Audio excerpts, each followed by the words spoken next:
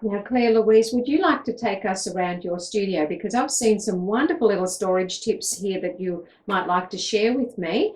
And there's some great little pieces here. So could you just tell me about some of these things that we see here? And one in particular here. Now, what are these tins here? These are IKEA spice racks, and they're magnetic. So you buy the little metal strip, magnetic strip, and because they've got a clear cover and they're screw tight, they're great for all the small space storage. So I've got some labels in this one. I've also got my sewing machine feet, so I know exactly where they are, I can see them. And I've got my needles, and they're just a really easy way to get things off the deck and stored in kind of like a nice way. So I know where everything is, but they still look really nice. That is fantastic. That is a wonderful tip. And I'm going home to Australia, and I'm going to buy dozens of these, and I'm going to put them right in front of everybody's sewing station. Fantastic. So I know where my feet are, and all my other little bits and pieces. And what about this rack here?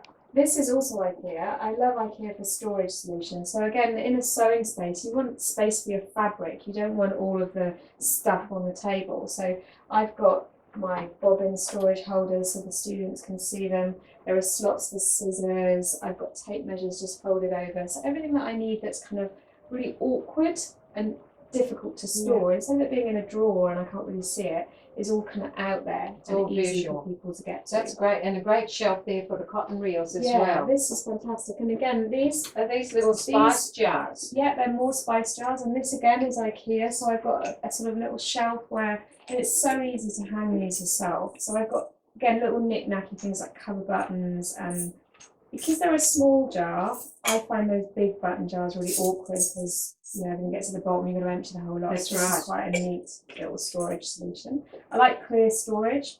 Love So I don't have to those. write names on everything. Yes, I love those. And then I searched for a long time to find a box of patterns, and I was looking at American blogs, and they were like, you need to buy them for comics and really complicated.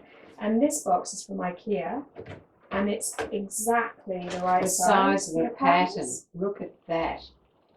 And I'd imagine, oh yes, you've got the Yeah. labelling as well, so you can sort all of your patterns for all the different styles and the age groups that you're working with. So that's excellent. And they just stack, and you keep those on keep one them of up your there. shelves. And again, this is IKEA. So I wanted a shelf, but I also wanted a little bit of drawer space for things like elastics that are kind of awkward, so they can all be in the same spot. So they're not in a deep drawer.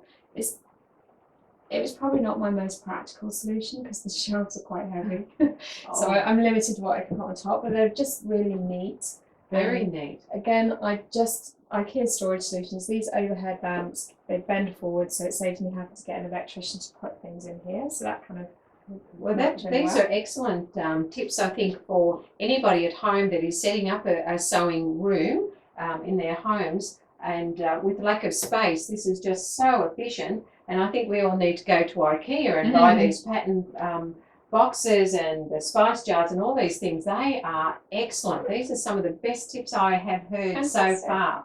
So I think that's wonderful. And then I like to, I'm a very visual person, so I like to give myself sort of prompts. So a lot of these things on here, it's a practical way of inspiring people when they come to the class, but it's also stuff that's prompting me to think about my personal sewing journey. So this is probably one of my next projects. And I believe you've made this. Well, Claire-Louise, you wouldn't believe it, but that is me on that pattern there. So that was going back in early, before the 70s, late 60s, that pattern, and it's so popular again now. So I can't believe you have that on your board.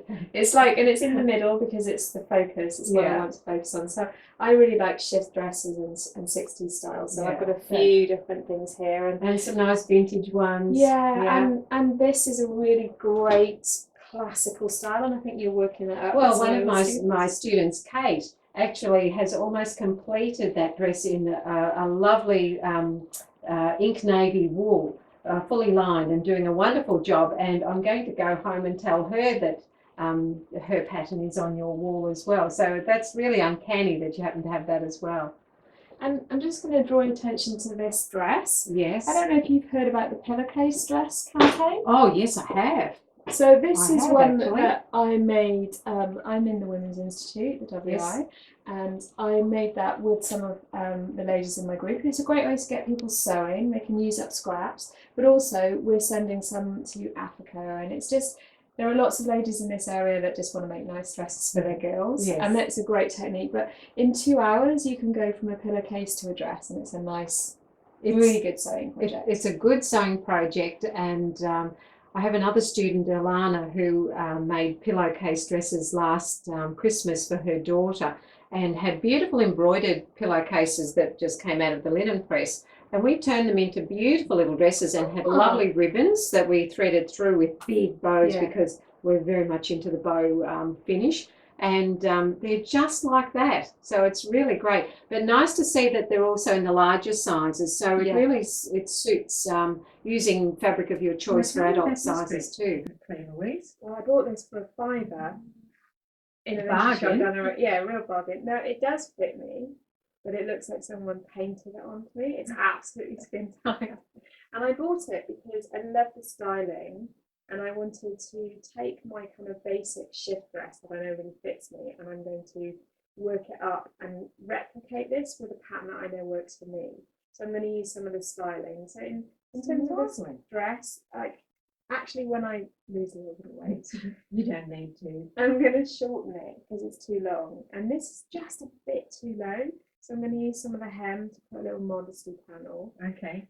As a style, the collar is really massive on me, and it kind of swamps me. But if I copy it, I'm going to make it with slightly Just more a little modern shorter. collar. Yeah. But I love the kind of yoke detail, and what I love about the vintage dresses is they still have that shoulder dart. They do. And it just gives a really good fit, and it's just there to kind of inspire me to make And a that's copy. a very flattering neckline, that one. It frames the face. It has that lovely wing shape of the collar.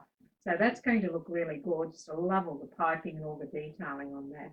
And the pockets. It's fab, isn't it? Yes. And the pockets are fake. They're just little okay. pad pockets, so that's really great. And the dummy actually belongs to my friend. I don't know if you can see, it doesn't have any boobs. Yes. Because it's a 1910 dummy, and it was for flappers. So it's actually it's a flapper for this. Wow, I haven't seen one like this one, but yes, you can see the shaping of it, can't you? Yeah. That's lovely. And what's this behind you? I've been so intrigued all afternoon. I just want to come and touch all of these ribbons and think, they are just so beautiful. I love the colour. So tell me, what are you doing with all of those? This is for in my beginner students. It was to solve a storage issue. So traditional haberdashers have like a shelf with reels, and I used to have boxes of these tucked away on shelves. And then I thought, well, I've got all this window in my studio, so why not just create a little ribbon bar, and then the students can sort of pick up the project and see if it matches their fabric.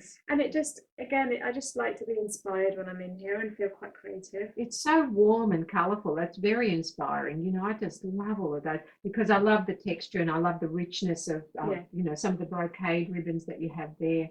So I think I'll have to do that with my ribbon collection. I look forward to seeing it on the blog. I've got a lot. Well, Claire-Louise, it has been a magic afternoon, and I'd like to thank you for opening your studio, giving some of yourself to me and everybody that's watching this. It's really been a magic moment for me. And if ever you come to Australia, and I'm pretty sure that you will, you'll be so welcome to come to my sewing studio, Rosewood Cottage. And I'll bake one of my special cakes for you, and I'll have the fresh coffee brewing, and we can sit and talk, and I can show you all of my things. So thank you so much. Thank you. It's just been an absolute delight. Oh, thanks for coming. And I can't believe you picked me of all the people in London. I did pick you, and you are my new best friend. That's and I'm thinking for weeks. Well, you're welcome. I have a spare room. Fantastic. There you go. We have a date.